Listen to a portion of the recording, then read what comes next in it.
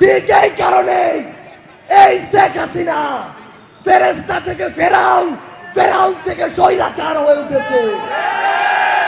আগামীর বাংলাদেশে যত বড় দল হোক, যত বড় নেতা হোক, যত বড় নেত্রী হোক, কাউকে এই প্রশ্নের ঊর্ধ্বে রাখা হবে না।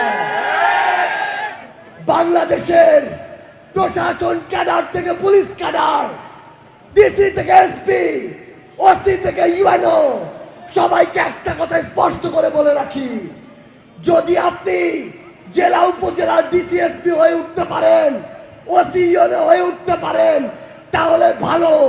যদি আপনি কোন দলের হয়ে উঠেন, তাহলে আওয়ামী লীগের সময়ের কথা মনে করুন, আপনার পরিণতি ওই একই রকম হবে।